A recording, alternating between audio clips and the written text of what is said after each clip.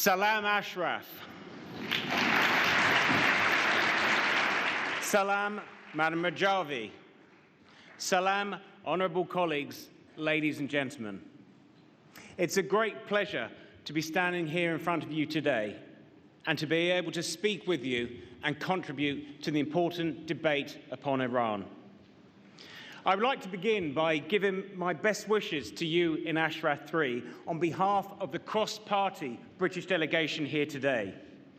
This is the second time that I've had the privilege to visit you, and this time I hope to learn more about your stories, experiences, memories, and testimonies of the regime's oppression through your new museum. The people here are the living embodiment, people who have documented the regime's oppression for future Iranian generations.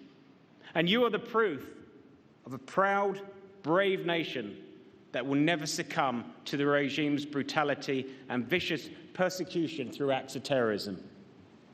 For many years, many of my colleagues on a cross-party basis in the British Parliament have reiterated the decision by the former US administration and the EU to decouple the regime's human rights violations and support for terrorism from the nuclear deal was a great mistake, and we will continue to do so. We argued that the regime was not to be trusted, and for any of those who were deceived by the notion that there was a moderate faction within this theocracy were wrong, and we've been proved right.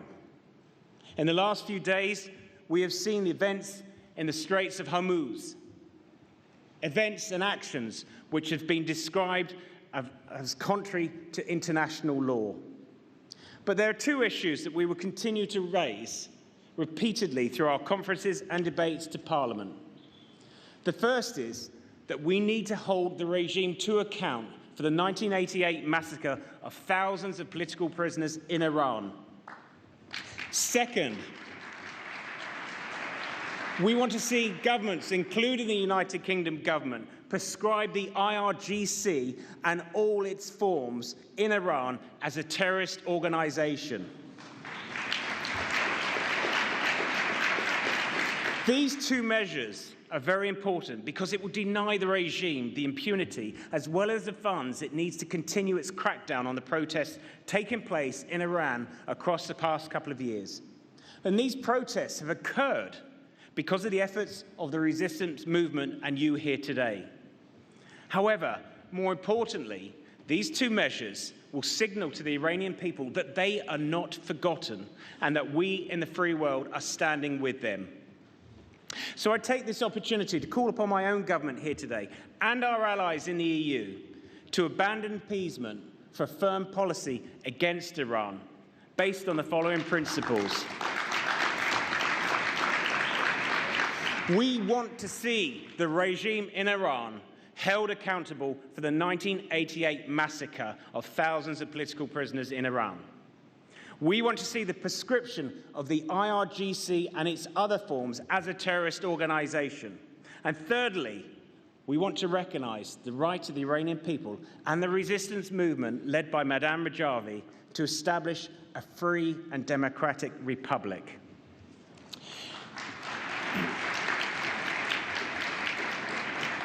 Today, we have seen brave Iranian people who have risen up against the regime with slogans such as "Down with the dictators." We have seen thousands of Iranians in the diaspora in the UK and the US rallying in support for their calls for genuine change and freedom. And we see a resistance movement led by Madame Rajavi growing popular support amongst Iranians that is not only dedicated but determined and has the leadership to see through the will of the Iranian people in their quest for freedom and democracy. As Rudy Giuliani said to us earlier, that message has not really pervaded through to many people in the West.